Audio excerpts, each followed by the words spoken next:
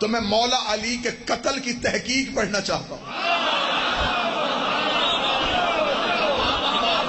اگر موضوع پسند ہو تو آپ ساتھ دیں گے سر. بسم اللہ. 40 ہجری کو یہ قتل ہوا. آج ہے 1440 ہجری. 1400 سال ہو گئے. کوفے کی مسجد میں قتل ہوا. قتل بھی کسی عام شخصیت کا نہیں، رسول کے بھائی کا، اس دور کے خلیفۃ المسلمین کا. اتنا بڑا قتل ہوا اور آج تک ہمیں مورخ نے بتایا کہ علی کے قاتل ابن ملجم تھا. یہ ہے مورخ کی زیادتی، یہ ہے تاریخ کا ظلم. اس نے صرف کرائے کا قاتل بتایا.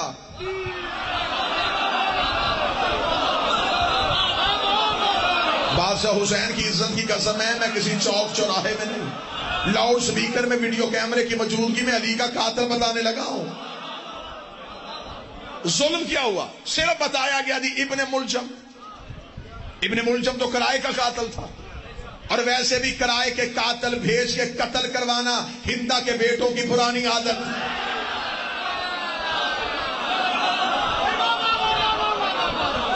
مسجدوں میں سر دینا یہ علی کے نوکروں کا شیوا ہے. اصل قاتل ابن ملجم نہیں. آج مالک علی کی شہادت میں خاکی لکھی شور کوٹ میں 2 ویڈیو کیمروں کی موجودگی میں میں اس قوم کی نمائندگی کرتے ہوئے مطالبہ کرتا ہوں علماء اسلام سے، کسی عام شخصیت کا قتل نہیں، ہمارے پیر کا قتل ہے. ہمیں اپنے امام کے قاتل چاہیے. ہمیں بتایا جائے کہ قاتل چلا کہاں سے تھا، اس قتل کے پیچھے فائدہ کس کا تھا، اسے بھیجنے والا کون تھا، یہ تلوار خریدی کہاں سے گئی تھی، وہ زہر بھیجی کہاں سے گئی تھی، قطامہ کا تعلق اس خاندان سے تھا. ہم نے صرف رونا نہیں، ہمیں قاتل کے گھر تک بھی پہنچنا ہے. اب شور کوٹ میں یہ مجمع میرا ساتھ دے گا، میں ڈالتا ہوں طریق کے کلیجے میں ہاتھ، میں ڈالتا ہوں مورخ کے گریبان میں ہاتھ. ہم نکالتے ہیں تاریخ سے علی کا قاتل. مجھے کس بات پہ لوگ ممبر سے علی کا قتل اس لیے نہیں پڑھتے کیونکہ علی کا قتل پڑھیں گے تو کچھ ایسی شخصیات کے نام آ جائیں گے جس سے کسی کی دل آزاری ہو جائے گی. میری کوئی مجبوری کسی کی دل آزاری کے ساتھ نہیں، کیونکہ میری شخصیت کا قتل نہیں، علی میرے مذہب کا نام ہے. کسی کی چھوپڑی کو آگ لگے تو پھر لگے، کسی کا دل جلے تو پھر جلے. باپ کے قاتل کو تو بندہ معاف نہ کرے، اور قتل علی پہ مصلحت تمیز خاموشی،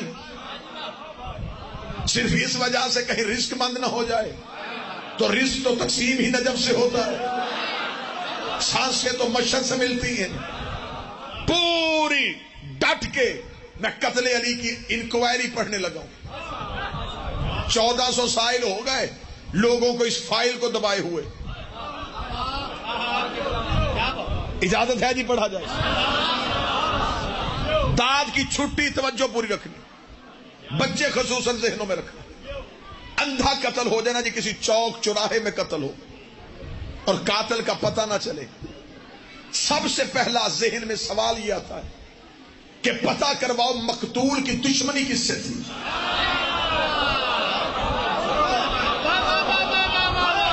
اگر ہمیں تاریخ علی کا قاتل نہیں بتاتی تو ہمیں بتانا اس دور میں علی کی دشمنی کس کس سے تھی. لے جی اب میں دوسری پرت کھولنے لگا ہوں، دوسرے صفحے پہ آنے لگا ہوں. یہاں پہ آگے بہت سے کلیجے یوں شک ہوں گے، بہت سی حقیقتیں تمہیں یوں آنکھوں کے سامنے نظر آئیں گی.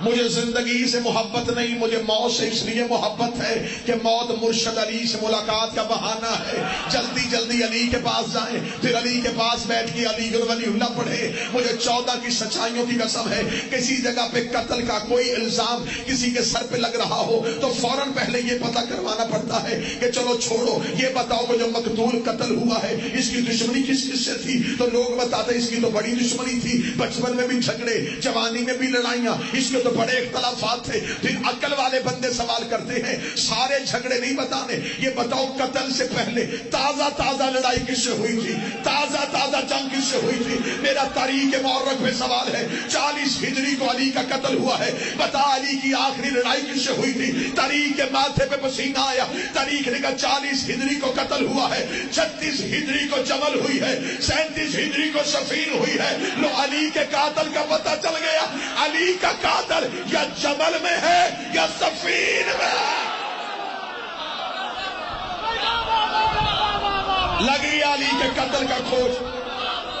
بسم اللہ سے مکے مدینے سے دراز کرنے کی ضرورت نہیں، یمن اور مصر کا سفر ہی نہیں کرنا پڑا۔ علی کی آخری 2 لڑائیاں 3 سال پہلے، 4 سال پہلے، ایک جمل ایک صفین۔ جب میں نے پوچھا تاریخ مورخ سے یہ لڑائیاں یہودیوں سے ہوئی تھیں، کافروں سے ہوئی تھی، مورخ کا بدن کانپا۔ حقائق پڑھنے کے لیے دانتوں کو پسینہ آتا ہے۔ جب ہم نے مورخ سے پوچھا بتا جمل میں کون تھا، صفین میں کون تھا؟ اس نے کہا جمل میں بھی ایک بڑی شخصیت تھی، صفین میں بھی بڑی شخصیت تھی۔ میں نے کہا جمل میں کون تھا؟ اس نے کہا محمد کی بیوی۔ میں نے کہا صفین میں کہا تھا؟ اس نے کہا ایک صحابی۔ میں نے کہا مجھے اس سے غرض نہیں ہے کہ کس کی رشتہ داری تھی، کس کی تعلق داری تھی، میرے سامنے محمد کی حدیث ہے۔ نبی کہہ کے گئے الحق مع علی وعلی مع الحق، حق علی کے ساتھ ہے، علی حق کے ساتھ ہے۔ اب مجھے یہ نہ بتاؤ کہ علی کے مقابلے پہ کون آیا، یہ بتاؤ حق کے مقابلے پہ کون آیا۔ جو بھی آیا، جب بھی آیا،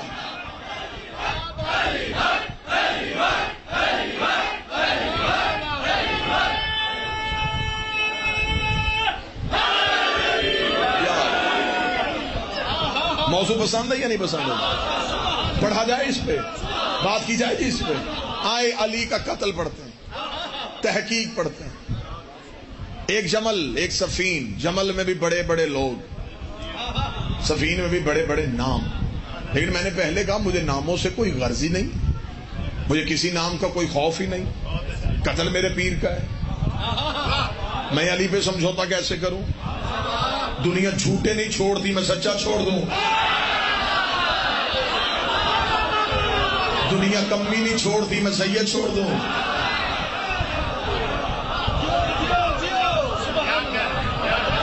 میری مجبوری ہے، میرے رہبر کا قتل ہے، میرے پیر کا قتل ہے، میرے مرشد کا قتل ہے۔ ہم پڑھیں گے قتل علی کی تحقیق۔ بس ٹھیک ہو گیا، پانی میں نے نہیں پینا جی، بس آئیں قتل علی کی تحقیق پڑھیں۔ پہلی لڑائی جمل۔ توجہ آپ، میں نے آپ کی توجہ رکھنے کے لیے کہا ہے کہ میں نے پانی نہیں پینا۔ بسم اللہ۔ جمل صفین، جمل کیوں ہوئی، صفین کیوں ہوئی؟ آئیں سب سے پہلے دیکھتے ہیں کہ جو جنگ علی کی ہوئی تھی جمل، تخت کے لیے ہوئی تھی، اقتدار کے لیے ہوئی تھی، خلافت کے لیے ہوئی تھی۔ اگر تخت، تاج، خلافت، اقتدار، حکومت نہیں تھا، اس جنگ کے محرکات کیا تھے؟ جنگیں دوستیوں میں نہیں ہوتی، جنگ ہمیشہ دشمنی میں ہوتی۔ دیکھتے ہیں کہ دشمنی کی وجہ کیا تھی۔ اب میں جو لفظ پڑھوں گا وہ لفظ میرے ریکارڈ ہو رہے ہیں، ویڈیو کیمرہ سامنے ہو تو بندہ لفظ سے 1 انچ بھی پیچھے نہیں ہٹ سکتا۔ میں پوری ذمہ داری سے اپنا بیان قتل علی کی تحقیق پہ ریکارڈ کروانے لگا۔ جب ہم نے تاریخ سے پوچھا کہ جمل کیوں ہوئی، تو جمل کے پیچھے جو محرکات تھے، جو وجہ تھی، وہ وجہ یہ تھی کہ جب تیسری خلافت کا دور تھا، اس وقت مدینے میں 2 بڑے گروہوں نے تیسری خلافت کا بائیکاٹ کیا۔ میں اب حقائق پڑھنے لگا ہوں آپ کے سامنے، میں اب تاریخ کے جنگل سے گزرنے لگا ہوں۔ میرے کانٹوں میں سے گزرنا بھی پڑے تو میں گزروں گا، تاکہ حقیقت تک پہنچا جا سکے. جب تیسری خلافت کا دور تھا تو دو بڑے گروہوں نے تیسری خلافت کا بائیکاٹ کیا. پہلا گروہ نبی کی بیویوں میں سے ایک گروہ تھا جنہوں نے تیسری خلافت کو قبول نہیں کیا. وجہ کیا تھی؟ وہ وجہ یہ تھی کہ تیسرے خلیفہ نے اپنی خلافت کے دور میں نبی کی چند بیویوں کا وظیفہ کم کر دیا تھا. پہلے ملتا تھا زیادہ، اور یہ بھی تاریخ کہتی ہے کہ نبی کی ہر بیوی کا وظیفہ ایک جتنا نہیں تھا، سب کے وظیفے علیحدہ علیحدہ تھے. ایک ہی نبی کی بیوی ہے جس نے بیت المال سے کبھی کچھ نہیں لیا.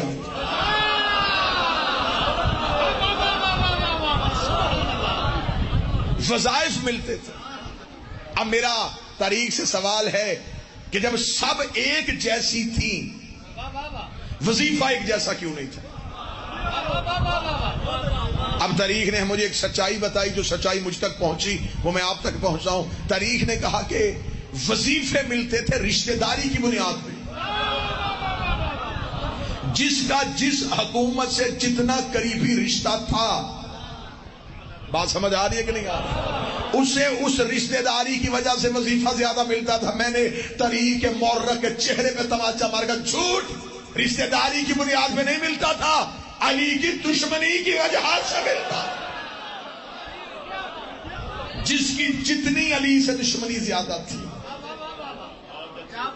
اس وجہ سے وظیفہ ملتا تھا. اب جب تیسرے خلیفہ نے وظیفوں میں کمی کی تو نبی کی ایک زوجہ جنہوں نے علی سے جنگ کی یہ مدینہ چھوڑ کے بصرہ منتقل ہو گئی کہ جب تک اس خلیفہ کا دور ہے میں مدینہ نہیں رہوں گی. یہ ناراض ہو کے بصرہ چلی گئی. توجہ سے بات سنیے گا، میں نے داد کی چھٹی دی ہے، توجہ کی نہیں. اب یہ بصرہ چلی گئی. دوسرا گروہ جنہوں نے تیسری حکومت کو تسلیم نہیں کیا وہ کون تھے؟ یہ مدینے کے پرانے رہنے والے لوگ تھے. انہوں نے کیوں نہیں قبول کیا؟ وہ کہتے تھے کہ ایک شخص ایسا تھا جسے نبی نے اپنی زندگی میں مدینے سے نکالا تھا. نام اس کا مروان تھا، حکم کا وہ بیٹا تھا. یہ دونوں باپ اور بیٹا ہمارے نبی کی نقلیں اتارا کرتے تھے. رسول نے نفرت کی وجہ سے ان سے اظہار بیزاری کی. خدا نے جبریل کے ذریعے پیغام بھیج دیا کہ تو برداشت کر لیتا ہے، مجھ سے نہیں ہوتا، انہیں مدینے سے نکال. یہ باپ بیٹا نبی نے مدینے سے نکالے تھے اور کہا تھا میرے بعد جو بھی تخت پہ آئے وہ انہیں اور باہر نکال لے تاکہ یہ مدینے واپس نہ آ سکے. پہلی دو خلافتوں پہ نبی کی وصیت پہ عمل کیا گیا. تیسرے خلیفہ کا جب دور آیا اس نے بجائے اور دور بھیجنے کے واپس مدینے بلایا. مدینے بلا کے مصر کا گورنر بنا دیا. حقائق سنتے آئیے گا. اب یہ مصر کے گورنر بن گیا وہ، اور مصر اس دور کی سب سے امیر ترین ریاست تھی. سب سے زیادہ بیت المال میں پیسہ مصر سے آتا تھا. جہاں سب سے بڑا امانت دار بٹھانا چاہیے تھا وہاں سب سے بڑا خائن بٹھا دیا گیا. جب یہ خبر مدینے کے ان لوگوں تک پہنچی تو انہوں نے بھی تیسری خلافت کا بائیکاٹ کر دیا. ٹھیک ہو گیا جی. میں جنگ جمل کی وجہ پڑھنے لگا ہوں. آخر مدینے کے پرانے لوگ اکٹھے ہو کے حضرت محمد بن ابی بکر کے گھر آئے. انہوں نے کہا محمد کیونکہ تیرے علی کے ساتھ تعلقات اچھے ہیں تو علی سے جا کے کہے کہ خلیفہ سے جا کے پوچھے کہ اس نے اس شخص کو مصر کا گورنر کیوں بنایا. محمد بن ابی بکر رات کے وقت امیر المومنین کے گھر گئے. اور یہ بات ذہن میں رکھیے گا کہ تاریخ نے بہت بڑا ظلم کیا. انہوں نے مولا علی کی پہلی خلافتوں کے دور میں علی کی خاموشی کو یہ کہا کہ علی نے وہ دور بڑا خاموشی سے گزارا، علی گھر میں رہتے تھے. علی نے ایک انقلاب کی تیاری کی اس دور میں. اس دور کو خاموش دور نہ سمجھا جائے. ایک بات لکھ کے مورخ نے علی کے سارے دور پہ ظلم کر دیا کہ علی جی اس دور میں گھر میں قرآن جمع کرتے تھے. وہ کون سا قرآن تھا جو علی کے پاس نہیں تھا؟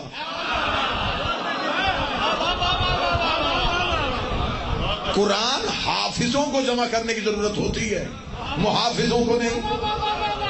علی تو خود قرآن تھا. اب وہ پورا ایک مجلس ہے کہ مولا علی کا وہ دور کس طریقے کا دور تھا. انشاءاللہ پھر کبھی اس علاقے میں آیا آپ مجھے یاد کروائیں گے کہ ہمیں علی کا وہ دور سنا تو میں آپ کو علی کا 25 سال کا وہ دور سناؤں. اب یہ محمد بن ابی بکر رات کے وقت مولا علی کے گھر ہے. انہوں نے آ کے کہا یا علی اس نے ظلم کیا ہے, اس نے اتنے بڑے ملاؤن کو, اتنے بڑے خائن کو مصر کا گورنر بنا دیا صرف رشتہ داری کی بنیاد پہ کہ وہ اس کا رشتہ دار ہے. مولا امیر المومنین نے کہا محمد کیا چاہتے ہو؟ فرمایا یا علی ہم چاہتے ہیں کہ شکایت آپ کے ذریعے سے کی جائے.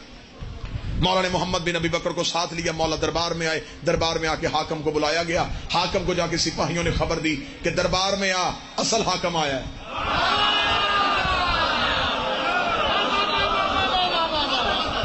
نبی کا بھائی, دماد پیغمبر, وارث رسول, وصی پیغمبر علی تشریف لائے. یہ اٹھ کے آیا, اٹھ کے آگے پوچھا جی یا علی آپ زحمت فرمائی, آپ کوئی نوکر بھیجتے, کوئی حکم تھا؟ مولا نے فرمایا میں تجھ سے مسلمان مدینے کے رہنے والوں کی یہ شکایت پہنچانے آیا ہوں کہ تو نے مروان کو مصر کا گورنر کیوں بنایا جبکہ تجھے نبی کی حدیث یاد نہیں. اس نے کہا اچھا یا علی اگر آپ نے کہہ دیا تو ہم ایسا کرتے ہیں, ہم اسے اس کی گورنری سے معزول کر دیتے ہیں. آپ مجھے بتائیں کہ اس کی جگہ پہ کسے لگائیں. اور فوراً ہی کہہ دیا کہ یہ محمد آپ کے ساتھ آیا, اگر آپ کہیں تو محمد بن ابی بکر کو اس کی جگہ مصر کا گورنر بنائیں. فوراً کہا تھا جلدی کر, خط لکھ مروان کے نام کے, محمد بن ابی بکر میرا خط لے کے تیری طرف آ رہا ہے. جو ہی محمد بن ابی بکر تیرے پاس پہنچے اپنے آپ کو عہدے سے معزول سمجھ, مکمل مصر کا کنٹرول محمد بن ابی بکر کے ہاتھ میں دے کے فوراً مصر سے نکل جا. وہ خط لکھا, مہر لگائی, خط محمد بن ابی بکر کے ہاتھ میں. محمد بن ابی بکر نے خط کو لیا. مولا امیر المومنین دربار سے نکلے. محمد پیچھے پیچھے چل رہا ہے. محمد بن ابی بکر دل میں سوچ رہے تھے کہ علی کے آنے کی وجہ سے بڑی عزت کی حاکم نے, اس نے اتنی جلدی فیصلہ کر لیا. جو ہی علی کے گھر کا دروازہ آیا, علی گھر میں داخل ہونے لگے. محمد بن ابی بکر نے روکے, کا مالک اگر آپ حکم کریں تو کیا میں ابھی مصر کے لیے روانہ ہو جاؤں؟ علی کا ایک قدم گھر میں تھا, دوسرا باہر تھا. علی نے پیچھے مڑ کے دیکھ کے کہا رات کے وقت سفر نہ کرنا.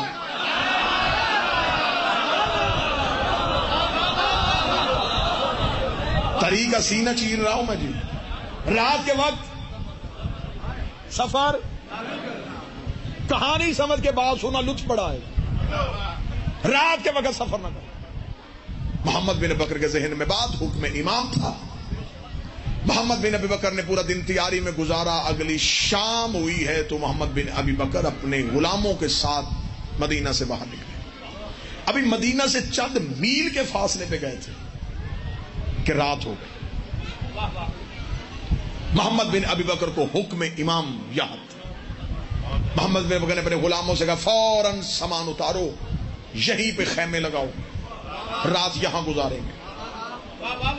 انہوں نے محمد سے کہا کہ ابھی تو کوئی سفر بھی نہیں ہوا, اور ویسے بھی عرب کے لوگ سفر رات کو کرتے تھے. دن کی گرمی میں جانور کا چلنا اور انسان کا سفر کرنا مشکل تھا. انہوں نے کہا کہ رات بڑی ٹھنڈی ہے اور سفر بڑی آسانی سے ہو سکتا ہے. محمد نے کہا نام میرے مولا کا حکم, رات کو سفر نہیں. اچھا, فوراً وہیں پہ خیمے لگ گئے. خیمے لگنے تھے. محمد بن ابی بکر نے کہا مشعلے یعنی کہ آگ روشن کر. وہ آگ روشن اس لیے کی جاتی تھی کہ اگر کوئی دور سے گزرے اسے پتا چل جائے کہ یہ کوئی شریف قافلہ بیٹھا ہوا ہے. ورنہ رات کی تاریکی میں ایسے لوگوں کا بیٹھنا اس بات کی بھی علامت تھی کہ کہیں یہ لوٹنے والے نہ ہوں. شریف ہمیشہ چراغ جلا دیا کرتے تھے. اس لیے علی کہتے ہیں کہ مغرب کے وقت کوئی چراغ جلا لیا کرو. مشعلیں روشن ہو چکی تھی. محمد بن ابی بکر خیمے میں مسلح بچھا کے تسبیح الہی میں مصروف تھے. یا محمد بن ابی بکر کے کانوں میں رات کے وقت کسی تیز گھوڑے کے ٹاپوں کی آواز ہے. محمد بن ابی بکر نے فوراً کان اٹھایا اور ذہن میں سوال آئے. ایک شخص ہے, گھوڑا بھی تیز ہے, دوڑا بھی رہا ہے, نکلا بھی ابھی ابھی مدینے سے. اگر اس شخص نے سفر کرنا تھا تو یہ اکیلا کیوں, رات کو یہ تنہا کیوں جا رہا؟ اگر اس نے رات کو سفر کرنا ہوتا, یہ دیکھ بھی رہا ہے کہ وہ سامنے قافلہ بیٹھا ہے, یہ قافلے میں کیوں نہیں آیا؟ یہ دور سے کیوں گزرا؟ یہ ذہن میں سوال آتے کہ محمد بن بکر اپنی جگہ سے اٹھے، خیمے سے باہر کے اپنے غلام کو جلدی آ، گھوڑے پہ زین رکھ، بندے کو لے کے کون ہے؟ غلام نے گھوڑے پہ زین رکھی، نے گھوڑا دوڑایا، جا کے بندے کو روکا، اٹھا کے محمد بن ابی بکر کے پاس لے گیا۔ محمد بن ابی بکر نے پوچھا کون ہے؟ اس نے کہا مدینے کا رہنے والا۔ کہاں جا رہا ہے؟ اس نے کہا یمن۔ کیوں جا رہا ہے؟ اس نے کہا ذاتی کام سے۔ محمد بن ابی بکر علی کا نوکر تھا، حکمت تو ویسے ہی علی کے نوکروں کے پاس ہوتی۔ محمد بن ابی بکر نے ذہن میں اس کے سوالوں کے جواب سے مطمئن نہ ہوئے، فرمایا اپنے نوکروں سے اس کی تلاشی لو، مجھے یہ بندہ ٹھیک نہیں لگ رہا۔ تلاشی لی گئی، جس کے پاس اس کا ذاتی سامان ہے کو زیادہ رہا ہے۔ محمد نے کہا نہیں، بندہ ٹھیک نہیں۔ اور اس کے پاس کیا ہے؟ اس کے گھوڑے کے گلے میں ایک مشکیزہ ہے جی پانی کا، اتارو۔ کیا تیرے مشکیزے میں؟ پانی ہے۔ محمد نے کہا پانی بہاؤ، پانی بہا، مشکیزہ چیرو، مشکیزہ چیرا، اندر سے شیشے کی بوتل نکلی۔ بوتل محمد بن ابی بکر کے ہاتھ میں، اس نے تلوار کی نیام مار کے بوتل کو توڑا، اندر سے خط نکلا۔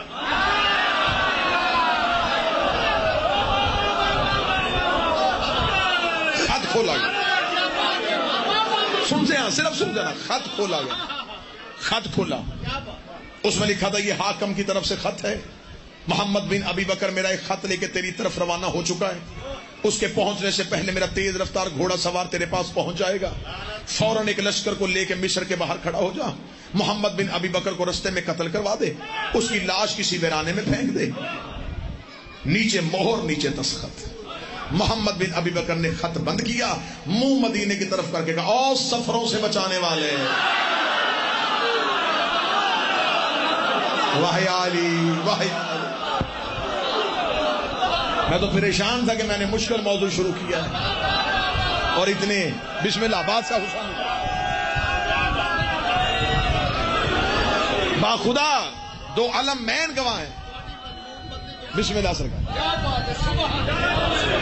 المین گواہ ہے کہ میں پریشان تھا کہ میں نے مشکل موضوع مشکل وقت میں شروع کر لیا۔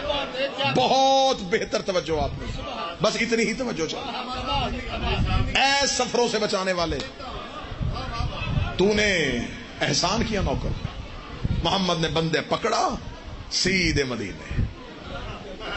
علی کی دہلیز میں بھی جا کے محمد رکے تھے، علی کے اندر سے آواز آئی بندہ گرفتار ہو گیا۔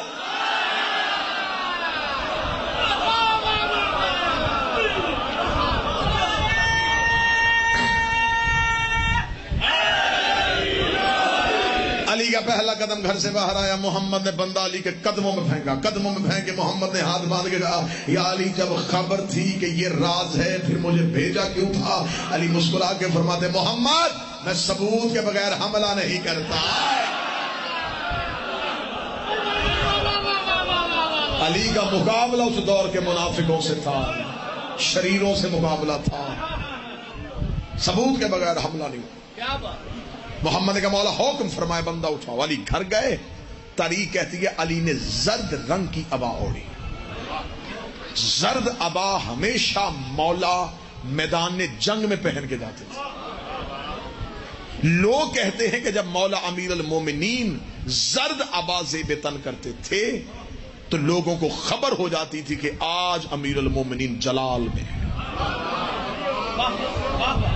پھر جب علی چلتے تھے تو مدینے میں کوئی علی کا رستہ نہیں روکتا تھا کہ آج امیر جلال میں جائے۔ امیر نے زرد عبا کاندھے پہ لی، چہرے پہ جلالت۔ رات کے وقت علی دربار میں گئے، نیزہ بردار نیزے لے کے کھڑے، علی نے ٹھوکر سے دروازہ کھولا، بلاؤ اسے۔ تخت سے نیچے گر، جی علی کیا ہوا؟ علی فرمایا محمد، بندہ سامنے لاؤ۔ قاصد کو کھڑا کیا، علی فرمایا یہ تیرا قاصد ہے؟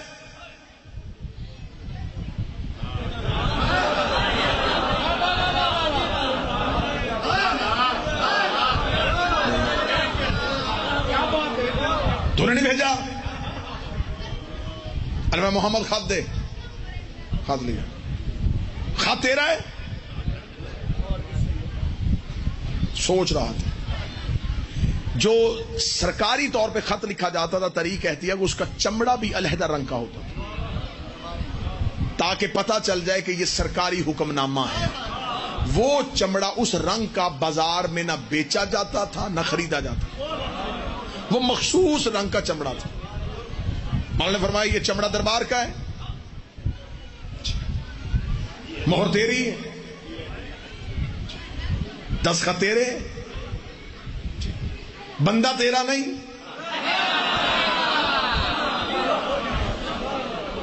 جی علی میرا. ابھی وضاحت میں جی وہ میں بتانا اتنا کہنا تھا یہ علی مڑے.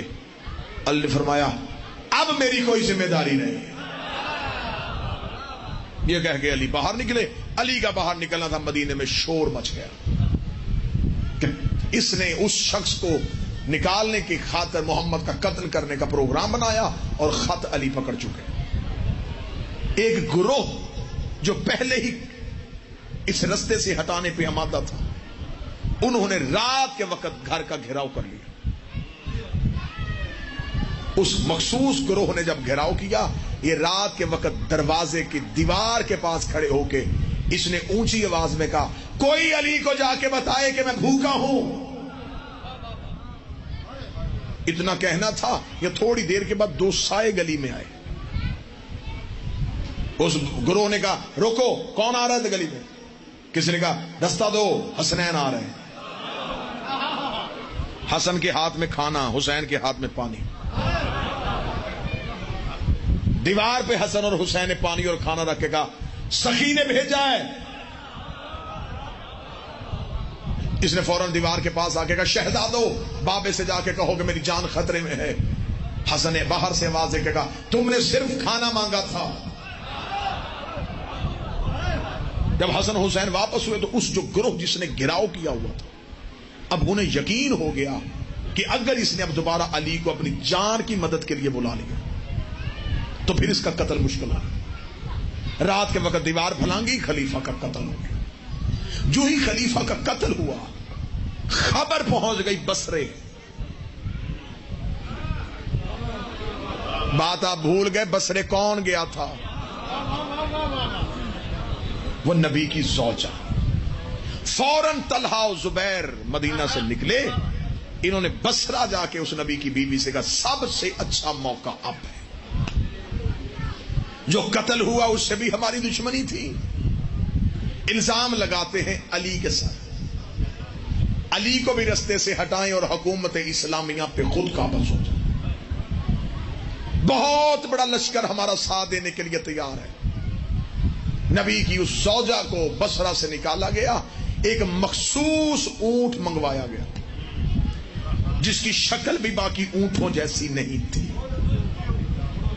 بالکل کتابوں میں اس اونٹ کا حلیہ لکھا ہے کہ اس کے نوکیلے دانت تھے, لمبا اس کا قد تھا, بھورے رنگ کا تھا اور بدن پہ کہیں بال اور کہیں بال نہیں تھے. اسے منگوا کے اس کے اوپر ہودج اماری رکھی گئی, اس پہ نبی کے زوجہ کو بٹھایا گیا, ایک لشکر کو ساتھ لیا اور بصرہ سے نیزے پہ اس صحابی کا کرتا لے کے نکلے. علم انہوں نے بھی نکالا تھا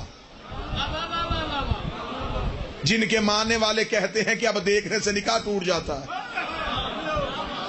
پورا لشکر لے کے بصرہ سے چلے. ایک جگہ ایسی آئی جہاں پہ آ کے اس لشکر کے پیچھے کتوں نے دوڑنا شروع کیا.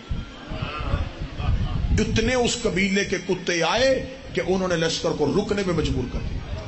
اس نبی کی زوجہ نے جلدی جلدی طلحہ اور زبیر کو بلا کر جلدی آؤ, جلدی جلدی مجھے بتاؤ یہ جگہ کون سی ہے, یہ بستی کون سی ہے. انہوں نے کہا یہ حواب ہے اس بستی کا نام. اس کے چہرے کی زردی آ گئی. اس نے کہا مجھے نبی نے مدینے میں سوئے ہوئے اٹھا کے کہا تھا ایک وقت آئے گا میری بیویوں میں سے ایک بیوی کو حواب کے کتے بھونکیں گے اور وہ حق میں نہیں ہوگی.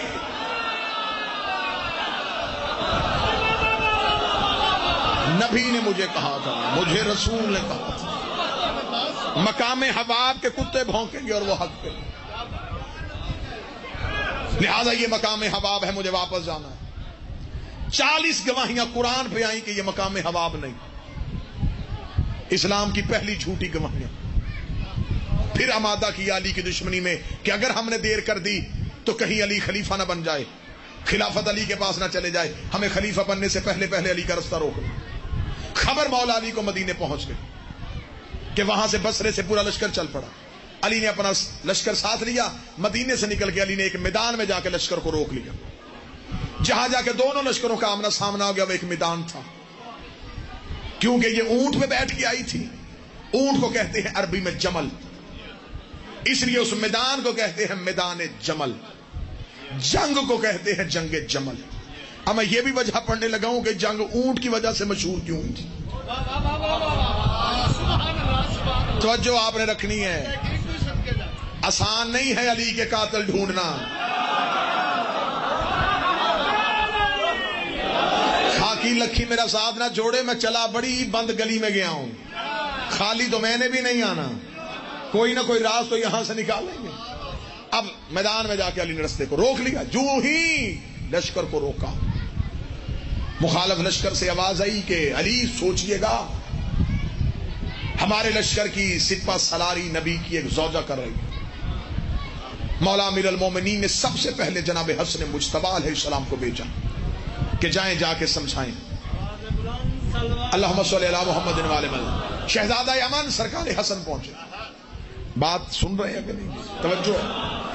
جناب حسن نے آ کے انہیں کہا کہ مجھے بابا نے بھیجا ہے، آپ کی نسبت رسول سے ہے، لہذا آپ باعزت واپس چلا جائیں، آپ کی وجہ سے مسلمانوں کا قتل و غارت ہوگی، اسلام کو شدید نقصان ہوگا۔ انہوں نے کہا حسن جا کے بابا کو اطلاع دے کہ میں کسی صورت میں تمہیں خلیفہ نہیں بننے دوں گی۔ جناب حسن واپس آ گئے، مولا سے کہا کہ مولا وہ رکنے کے لیے تیار نہیں ہے۔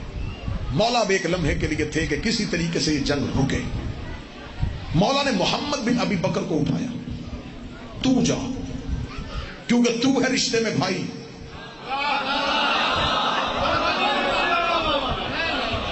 سوچو تو صحیح کہ علی کو کس دور میں کیسے لوگوں سے سامنا تھا۔ محمد تو جا۔ محمد بن ابی بکر رات کے وقت آئے، کتابیں کہتی ہیں کہ یہ خیمے میں بیٹھی ہوئی تھی، دروازے میں دو سپاہی کھڑے کیے ہوئے تھے۔ محمد خیمے میں جانے لگے، سپاہیوں نے نیزوں سے محمد کو روکا، انہیں روکے گا تو نہیں مل سکتا، کیونکہ انہوں نے منع کیا ہوا ہے کہ کوئی بھی آئے تو میں نہیں ملوں گی علی کے لشکر سے، کسی کو بھی میں ملنے کے لیے تیار ہوں۔ محمد نے کہا انہیں جا کے بتاؤ کہ میں محمد بن ابی بکر ہوں۔ جا کے جب سپاہی نے کہا کہ آپ سے محمد بن ابی بکر ملنے کے لیے آئے، وہ کہہ رہے میں بھائی ہوں، تو انہوں نے حجرے کے اندر پردے کے پیچھے کھڑے ہو کے بات دی، محمد میں تجھ سے مل لیتی اگر تو علی کے لشکر میں نہ ہوتا، کیونکہ تو نے علی کا لشکر قبول کیا، تو نے مجھے رشتے میں بھائی تھا تو میرا، تو نے علی کا لشکر قبول کیا، لہٰذا میں تجھے کبھی بھی ملنے کے لیے تیار نہیں۔ اتنا کہنا تھا محمد کے جملے آج بھی تاریخ میں ہے۔ محمد نے کہا اگر تو علی کی وجہ سے مجھے چھوڑ رہی ہے، تیری جیسی 1000 بہنیں ہو میں علی سے قربان کر، اگر مجھے علی کی وجہ سے چھوڑ رہی ہے۔ کون کہتا ہے کہ ہم عزت نہیں کرتے؟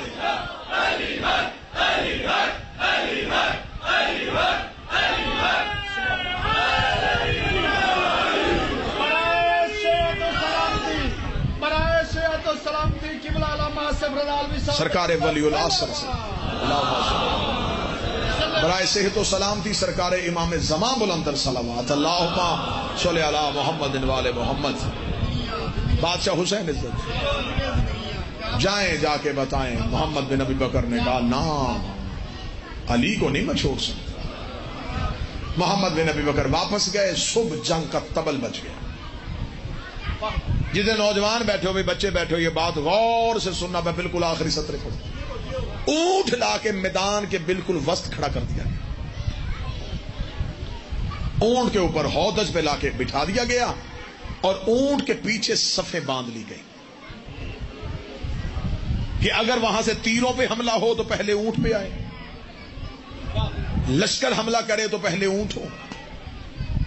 اب علی اس حکمت کو سمجھ گئے۔ علی کے مقابلے پہ کبھی یہ نبی کی بیوی لائے ہیں، کبھی نیزوں پہ قرآن لائے ہیں، صرف تاریخ کے سامنے علی کے کردار کو مشکوک کرنے کے لیے۔ اب مولا امیر المومنین اس پورے راز کو سمجھ رہے تھے۔ علی نے اپنے لشکر کو روکا، نہیں نہیں نہیں نہیں، ابھی نہ تیر انداز جائیں گے، نہ تلواروں والے جائیں گے، نہ نیزوں والے جائیں گے، رکو سارے۔ علی ٹیلے پہ کھڑے پورے منظر کو دیکھ رہے تھے۔ کتابیں کہتی ہیں علی نے پہلے 7 بندے بھیجے، تم اترو بھائی. 7 جا کے سامنے کھڑے ہوئے، انہوں نے کہا جی ہاں 7 کے مقابلے میں 7 آئے. تو جو ہے کہ نہیں ہے؟ 7 بندے علی کی طرف سے، 7 ادھر سے بلائے. اب طریقہ جو ادھر سے 7 نکلے انہوں نے کیا کیا؟ 7 بندے آئے، انہوں نے اونٹ کی مہار چومی اور جا کے علی کے سپاہیوں کی تلوار کے نیچے اپنا سر کر دی.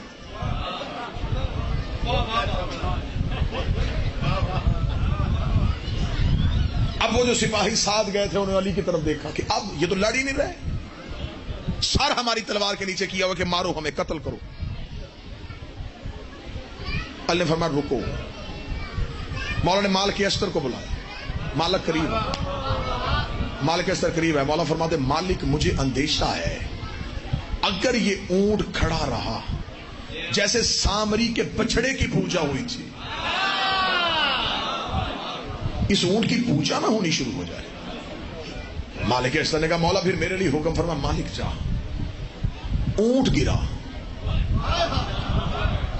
نتیجے پہ آنے لگا ہوں میں، وہ جسے ذاکر کہتے ہیں نا ٹیب کا مصرع اب آیا. اونٹ گرا.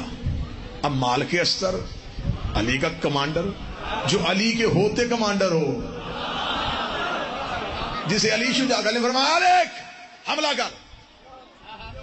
بھائی مالک نے گھوڑے پہ زین رکھی، مالک نے تلوار کو نیام سے نکالا، مالک نے اپنے گھوڑے کو دوڑا کے بالکل اونٹ کے قریب جا کے مالک نے پوری جرات کے ساتھ اونٹ کی ٹانگ کاٹی.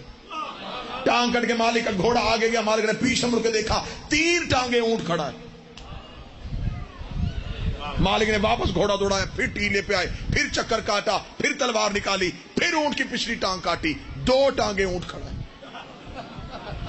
حقائق پڑھ رہا ہوں میں آپ کو. اب علی کے نوکر دیکھ رہے ہیں یہ کیا ہو رہا ہے. شاید اونٹ اتنا صحت مند ہے کہ وہ اپنی 2 ٹانگوں پہ اپنے وزن کو اٹھائے. علی فرمایا مالک حملہ دوبارہ کر. مالک نے پھر ٹیلے سے گھوم کے آئے، تلوار نے آم سے نکالی، پھر مالک نے گھٹنے دونوں زمین پہ رکھ کے حملہ کیا. 3ری ٹانگ کٹ گئی. 1 ٹانگ اونٹ کھڑا. جب 1 ٹانگ پہ اونٹ کھڑا تو ادھر سے لشکر سے شور مچ گیا، ہم حق پہ ہیں، دیکھو اللہ ہمارے ساتھ ہے، اللہ اس اونٹ کو گرنے نہیں دے رہا. جب اللہ اللہ کی صدائیں آنے لگی تو علی کے نوکروں نے علی کا چہرہ دیکھا. علی سب وہاں جبل کے ٹیلے پہ کھڑے تھے. مالک نے دیکھا مولا حکم کیا ہے. علی کے بعد مالک لا حول ولا پڑھ کے حملہ کر. اونٹ نہیں شیطان کھڑا ہے. مالک یہ اونٹ نہیں یہ شیطان ہے. لا حول پڑھ کے حملہ کر. مالک نے اپنے گھوڑے کو دوڑایا، اپنی تلوار کو ہوا سے گھماتے لا حول ولا قوت الا باللہ العلی العظیم کی صدائیں دیتا دیتا ادھر مالک کے ادھر اونٹ کے قریب آیا. مالک نے دونوں ہاتھوں سے وار کیا. اونٹ کی ٹانگ کا کٹنا تھا. ہودج زمین پہ گرنے لگا. لوگوں کی دھڑکنیں بند ہو گئی. نبی کی زوجہ کا قتل ہونے لگا. نبی کی زوجہ کی توہین ہو گئی. یا علی کے پیچھے سے ایک جوان کو علی نے اشارہ کیا، وہ بجلی کسی تیزی سے گیا. اس نے ہودج کو زمین پہ گرنے سے پہلے اپنا گھوڑا اونٹ کے قریب کیا، ہودج میں ہاتھ ڈالا، اسے ہودج سے نکال کے گھوڑے کی پشت پہ بٹھایا. انہوں نے آواز دیا ہائے علی نے غیر کا ہاتھ مجھے لگوا دیا. اسے نقاب ہو گیا چپ تیرا بھائی محمد بن ابی بکر.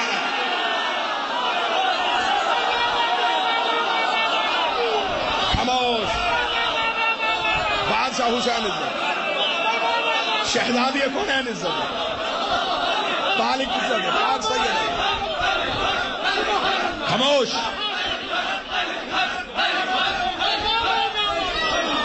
تیرا بھائی محمد وہ دلوں کے راز جان،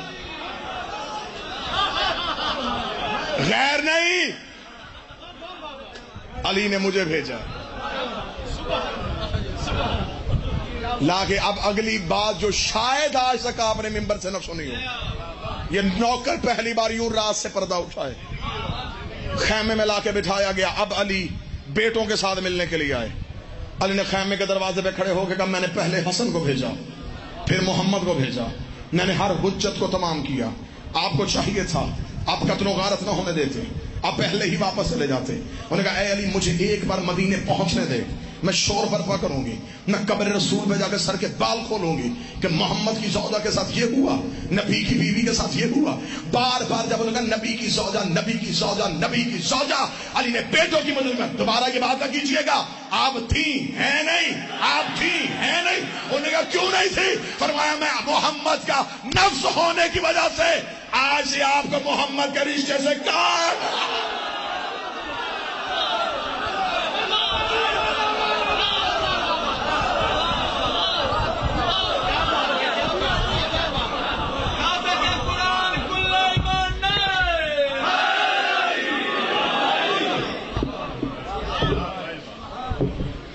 کیونکہ نکاح جسم کا نہیں، نکاح نفس کا ہوتا ہے۔ آج بھی نکاح کے جو سیگے پڑھے جاتے ہیں زوجت نفسی، نفس، نکاح نفس کا نفس سے ہوتا۔ علی ہے محمد کا نفس۔ رسول کہہ کے گئے تھے میرے اوصیہ میں سے ایک وصی ہوگا جو میری نسبتوں کو ختم بھی کر سکتا ہے، جو میری نسبتوں کو بحال بھی رکھ سکتا ہے۔ جمل میں علی کی دشمنی پھیلتی پھیلتی اگلا سال ہوا، صفین آ گیا۔ مسلمان پھر علی کی دشمنی لے کے صفین کے میدان میں آ گئے، کیونکہ وقت بہت تیزی سے گزر گیا۔ یقیناً میں 4 جملے صفین بھی آپ کو سناتا کہ کون کون سے روپ دھارے گئے علی کو مٹانے کے لیے۔ جب خبر ہو گئی کہ علی میدان سے نہیں مرے گا، علی کو مقتل میں نہیں مارا جا سکتا، پھر سوچا گیا علی کو وہاں قتل کریں جہاں علی خاموش ہوتا۔ یمن سے ابن ملجم کو خریدا گیا، شام منگوایا گیا۔ قطامہ نامی عورت جو شبیب کی بیٹی تھی اسے کوفے بھیجا گیا۔ پورا 1 مہینہ ابن ملجم کوفے میں رہا۔ جب اس نے پہلی نماز علی کے پیچھے آ کے پڑھی، علی نے جماعت میں اس کا چہرہ دیکھ کے کہا انا للہ و انا الیہ راجعون۔ یہ یمن میں رہتا تھا، یہ کوفے میں رہتا تھا، یہ بیمار ہو گیا، اس کا گھر بار اس کا اپنا کوئی نہیں تھا، اس کی دوا لے کے علی اس کے گھر گئے۔ علی نے اپنے ہاتھوں سے اسے دوا دی۔ اس نے اٹھ کے علی کے ہاتھ چوم کے کہا میں نے تیرے جیسا شریف امام کبھی نہیں دیکھا۔ اتنا کہنا تھا، علی کی داڑھی آنسوؤں سے بھیگ گئی۔ علی رو کے کہا پھر میری بیٹیاں یتیم نہ کرنا۔ بسم اللہ، رستہ دیں۔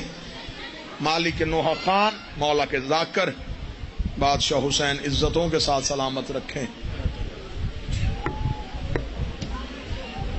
ایک پردیس، ایک عید اور پھر یتیمی۔ بس فضائل کیونکہ میں زیادہ پڑھ گیا، مختصر مصائب پڑھوں۔ بادشاہ کے تابوت کی برآمدگی، پردیس، یتیمی، علی کی بیٹی، گزر گئی عید، مسلمانوں نے بازاروں میں کی، میری قوم نے بارگاہوں میں کی۔ میرا سلام اس قوم کو جس نے کالے کپڑے پہن کے عید کی، جنہیں خبر ہے کہ اس عید پہ زینب یتیم ہوئی۔ مسلمانوں کی بیٹیاں خریداری کرتی رہیں، میری قوم کی بیٹیاں علی کی عزاداری کرتی رہیں۔ ہم عید کے منکر نہیں، لیکن ہمیں آل محمد کے غم سے بڑا پیار ہے۔ سادات و غیر سادات سے معافی مانگ کے کہوں، بیٹیوں کو عید والے دن تو پیک کے گھروں کی آس ہوتی ہے۔ کسی کا بھائی عید دینے آتا ہے، کسی کا بابا عید دینے آتا ہے۔ زینب کو بابے کے بعد پہلی عید کوفے میں آئی۔ حسن نے سر پہ علی والا امامہ رکھا، بہن کے گھر گئے، رو کے جا کے کہا زینب آج بھائی بن کے نہیں، آج بابا بن کے آیا ہوں، میری حسرت ہے تو جیسے بیٹیاں باپ سے مانگتی ہیں مجھ سے کچھ مانگ۔ مسلح سے اٹھی علی کی عالیہ بیٹی، بھائی کے گلے میں باہیں ڈال کے کہتی تیری جوانی کی قسم ہے، میں نے تو زندگی میں بابے سے بھی کبھی کچھ نہیں مانگا تھا۔ حسن مولا کی آواز ہے پھر میری حسرت ہے تو مجھ سے کچھ مانگے میں تجھے دوں. رو کہتی ہیں حسن میں جو مانگوں وہ دے دے گا. فرمایا تو جو مانگے گی میں دوں گا. حسن مولا نے حسین کے سر پہ ہاتھ رکھا, رکھے گا میں شبیر زامن دیتا ہوں, تو جو مانگے گی میں دوں گا. جو ماتم کرنے کے لیے ہے روئی تڑپی, رو کہتے پھر میری منت ہے ایک بار غازی سے کہے میرے باب علی کے کپڑے پہن کے میرے گھر میں مجھے چل کے دکھائے, میں غازی کو چلتا ہوا دیکھوں گی, مجھے میرا بابا علی یاد. آج روکو آج روکو, ایک بار غازی سے کہے میرے گھر میں آئے میں چلتا ہوا عباس دیکھوں, مجھے میرا بابا یاد آئے. آئی تو بابے کی شاہی دیکھنی تھی. صدر دروازے پہ کھڑے تھے علی بیٹی کے استقبال کے لیے. ہماری پہ ہاتھ رکھے گا السلام علیکم یا اہل بیت نبوہ. ہماری کے اندر سے آواز ہے علیکم السلام, بابا بیٹی کا سلام ہے. کتابیں کہتی علی نے ہماری کا پردہ ہٹایا, علیہ علیہ یا بنتی, میری بیٹی میرے قریب آ. میری شہزادی کا چہرہ بابے کے قریب گیا. علی نے کانپتے ہوئے ہاتھوں سے بیٹی کی آنکھوں سے نقاب ہٹایا, رو کے فرمایا عالیہ ایک لمحے کے لیے آنکھیں کھول. رو کے کہتی بابا مجھے بڑی شرم آتی ہے. فرمایا حکمن کہہ رہا ہوں آنکھیں کھول. بی بی نے آنکھیں کھولی. علی کی آواز ہے عالیہ دیکھ یہ کوفے کا صدر دروازہ ہے, یہ دارالعمارہ ہے, یہ کوفے کی گلیاں ہے, یہ کوفے کے بازار ہے. بی بی نے پردہ گرایا. رو کے کہتی بابا جگیر دکھانی حسن کو دکھا, حکومت دکھانی حسین کو دکھا, میں تیری پردہ دار بیٹی ہوں. بابا میں نے کوئی کوفے آنا ہے. امیر کی آواز آئی شریفوں کو اچھڑتے دیر ہے, ہو سکتا ہے تجھے کوفے آنا پڑے. آخری افطار کیا اس بیٹی کے گھر جس سے پیار تھا, محبت سے بنایا ہوا شربت, یہ کہہ کے چھوڑ دیا کہ آج صبح میرا کوئی مہمان آنا ہے. لے جی 18 کی ایک روایت سناؤں, اسی پہ گریہ ہو گیا تو اسی پہ بادشاہ کا جنازہ آ جائے گا. کتابیں کہتی ہیں جب 18 رمضان 18 اور 19 ضرب لگی ہے نا جی صبح, وہ پچھلی رات امیر گھر میں بیٹیوں اور بیٹوں کے ساتھ تھے. امیر المومنین کے دروازے پہ دستک ہوئی, بیٹے بڑھنے لگے. علی نے کہا میں جاتا ہوں. علی خود اٹھے, علی نے دروازہ کھولا, دیکھا کہ باہر 4 گھوڑے, چاروں گھوڑوں پہ 4 جوان, چہروں پہ نقاب, تلواریں علم کی. علی کا قدم آیا, چاروں کے چاروں گھوڑوں سے اترے, چاروں کے چاروں نے علی کے قدموں پہ ہاتھ رکھے. علی کی آواز ہے من انتم, کون ہو تم؟ پہلے نے چہرے سے نقاب اٹھایا, قدموں پہ گر کے کہا مولا میں اسود بن نباتا ہوں. دوسرے کی آواز ہے مولا میں عبداللہ بن عفیف ہوں. تیسرے کی آواز ہے مولا میں ابراہیم ابن مالک اشتر ہوں. چوتھے کی آواز ہے مولا میں حذیفہ یمانی ہوں. علی فرماتے آدھی رات کو میرے دروازے پہ کیوں آئے ہو؟ حذیفہ کی اپنی روایت ہے. حذیفہ چند قدم آگے بڑھے, آگے بڑھ کے ہاتھ باندھ کے مولا میں بتاتا ہوں آدھی رات تیرے دروازے پہ آنے کی وجہ. علی فرماتے بول حذیفہ کیا وجہ ہے؟ حذیفہ رو کہتا مولا جب سے کہ 40 ہجری کا رمضان طلوع ہوا ہے ہمیں تیری تقریروں سے بڑا ڈر لگتا ہے. مولا ایک دن آپ تقریر کر رہے تھے, ایک صحابی نے پوچھا یا علی آپ نے داڑھی خضاب کیوں نہیں کی؟ آپ نے رو کے فرمایا تھا ان قریب یہ لہو سے خضاب ہونے والی ہے. یا علی ایک بار آپ نے ایک صحابی سے پوچھا آج رمضان کی کتنی تاریخ ہے؟ اس نے بتایا, آپ نے کہا زیادہ گزر گئے تھوڑے رہ گئے. مولا ہم نے بازار میں کسی کو زہر خریدتے ہوئے دیکھا ہے. مولا کوفے کے حالات ٹھیک نہیں ہیں. مولا ہمیں بڑا ڈر لگ رہا ہے. مولا ہم چاروں نے قسمیں کھائی ہیں, ہم نے دینا ہے آپ کے دروازے میں پہرا. یا علی آپ مسجد میں جائیں گے ہم ساتھ جائیں گے, آپ کہیں بھی جائیں گے ہم ساتھ جائیں گے. یا علی ہم چاروں نے پہرا دینا ہے. اتنا کہنا تھا علی کی آواز اللہ تمہیں جزائے خیر دے, تم نے اپنے وقت کے امام کا خیال رکھا ہے. حذیفہ قدموں میں گر کہتا خبر ہمیں بھی ہے, زندگی اور موت کے وارث تو آپ ہیں, لیکن مولا ہماری منت ہے بیٹیاں آئی ہیں مدینے سے, پردیس میں بیٹیاں یتیم نہ کرنا. علی کی آواز آئی میں تمہیں کہتا ہوں اپنے اپنے گھروں کو واپس چلے جاؤ. حذیفہ کہتا علی نے امام بن کے حکم کر دیا, ہم پہ کھڑا ہونا حرام ہو گیا تھا. حذیفہ کہتا ہم نے اپنے اپنے گھوڑوں کی باگیں پکڑی, ہم علی کی گلی سے نکلے. حذیفہ کہتا مجھے پوری زندگی وہ منظر نہ بھولا جب میں علی کی گلی کا موڑ مڑ رہا تھا. میں نے آخری بار مڑ کے دیکھا علی ہاتھ ہلا کے کہہ رہے تھے حذیفہ اللہ کے حوالے, حذیفہ مولا کے حوالے.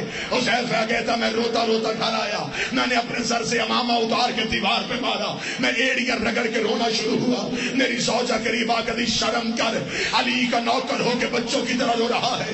حذیفہ رو کے گئے تھے علی کے دروازے میں پہرا دینے، علی نے ہمیں واپس بھیج دیا، کوفے کے حالات ٹھیک نہیں ہے۔ حذیفہ کہتا میری زوجہ نے کاندھے پہ ہاتھ رکھا، رکھ کے شرم کر، تو پہرا دے گا، اس کا عباس جیسا بیٹا، اس کا حسن جیسا بیٹا، اس کا حسین جیسا بیٹا۔ حذیفہ کہتا میں روتا روتا ریت پہ لیٹ گیا، تھوڑی دیر بعد میری زوجہ نے میرے کاندھے پکڑے، رو کے کہتی حذیفہ جاگ، حذیفہ سن یہ آواز کس کی ہے؟ حذیفہ کہتا میں تڑپ کے اٹھا، آواز آ رہی قد قتل امیر المومنین، مارا گیا مسجد میں علی، مارا گیا مسجد میں عباس کا بابا۔ حذیفہ کہتا میں مسجد کی جانب دوڑا، مصلی لہو سے تر تھا، علی کا سر ایسے کھلا تھا جیسے کاری کے ہاتھوں پہ قرآن۔ ماتم امیر